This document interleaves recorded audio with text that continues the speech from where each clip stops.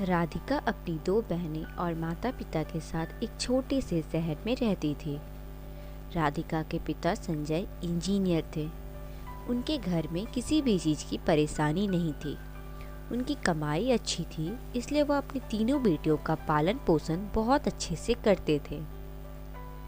राधिका की दोनों बहनें रिया और प्रिया राधिका से छोटी थी, लेकिन देखने में बेहद ही खूबसूरत थी। लेकिन राधिका देखने में कुछ खास नहीं थी। उसका रंग भी सांवला था। उसके सांवले रंग के कारण सब उसे बातें सुनाते थे। रिया और प्रिया भी राधिका को खरी खोटियां बातें सुना दिया करती थी, लेकिन राधिका उनकी बातों का बुरा नहीं मानती थी। एक दिन संजय के दफ्तर में पार्टी का आयोजन किया जाता है और उस पार्टी में सभी को अपने परिवार के साथ आने का निमंत्रण मिलता है।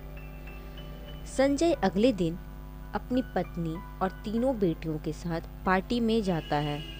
पार्टी में सब आए हुए मेहमान रिया और प्रिया की पहनावे और खूबसूरती का तारीफ करते हैं।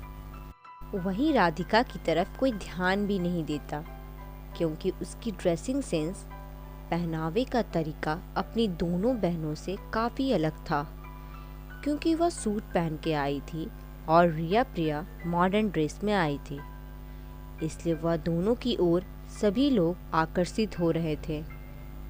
घर आने के बाद राधिका को काफ़ी बुरा लगता है।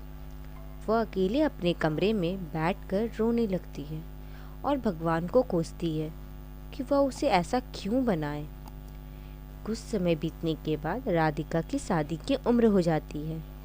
एक दिन संजय अपनी बेटी राधिका के लिए रिश्ता लेके आते हैं, लेकिन लड़के वाले राधिका को नापसंद कर देते हैं। उन्हें रिया पसंद आ जाती है। ऐसे ही जितनी बार भी राधिका के लिए रिश्ता आता, सभी उस रिश्ते से मना कर देते थे। उसकी सांवलापन के कारण उसकी शादी कहीं नहीं हो पा रही थी। धीरे धीरे समय के बीतते हुए रिया और प्रिया की शादी हो जाती है और राधिका कुंवारी रह जाती है। राधिका को अपने सांवलेपन पर बहुत गुस्सा आता है और वह सोचती है उसे तो कोई पसंद भी नहीं करता। अब वह यह शहर छोड़कर कहीं दूर चली जाएगी। राधिका यह सब अपने कमरे में बैठकर सोच ही रही थी, तभी उसे किसी की आहट सुनाई दी। वह अपने कमरे से बाहर निकली तो देखी एक चोर उसके घर में घुस आया है। इससे पहले राधिका अपने माता पिता को आवाज़ देती, चोर उसे वहीं मार देता है और चोरी करके भाग जाता है। राधिका मर तो जाती है, लेकिन उसकी आत्मा पूरे शहर में भटकती रहती है। एक दिन राधिका का ध्यान शहर की एक लड़की सीमा पर जाता है। सीमा भी दिखने में बिल्कुल राधिका की तरह थी।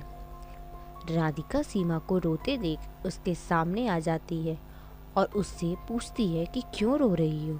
सीमा तो पहले राधिका को देख डर जाती है, क्योंकि राधिका एक चुड़ैल के रूप में दिखती है।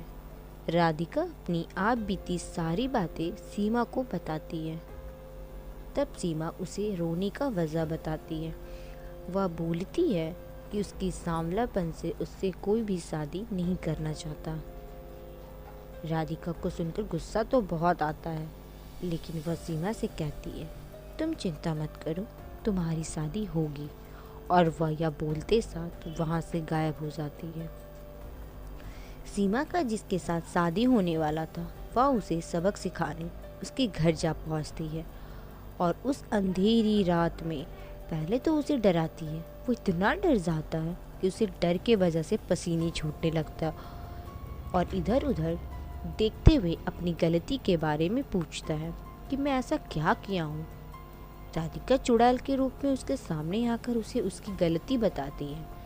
वह अपनी गलती का माफ़ी मांगता है और सीमा से शादी के लिए हाँ कर देता है। सीमा और रौनित की शादी हो जाती है। सीमा राधिका को मन ही मन धन्यवाद देती है। इस तरह राधिका को मुक्ति मिल जाती है और वह शहर छोड़कर हमेशा के लिए चली जाती है।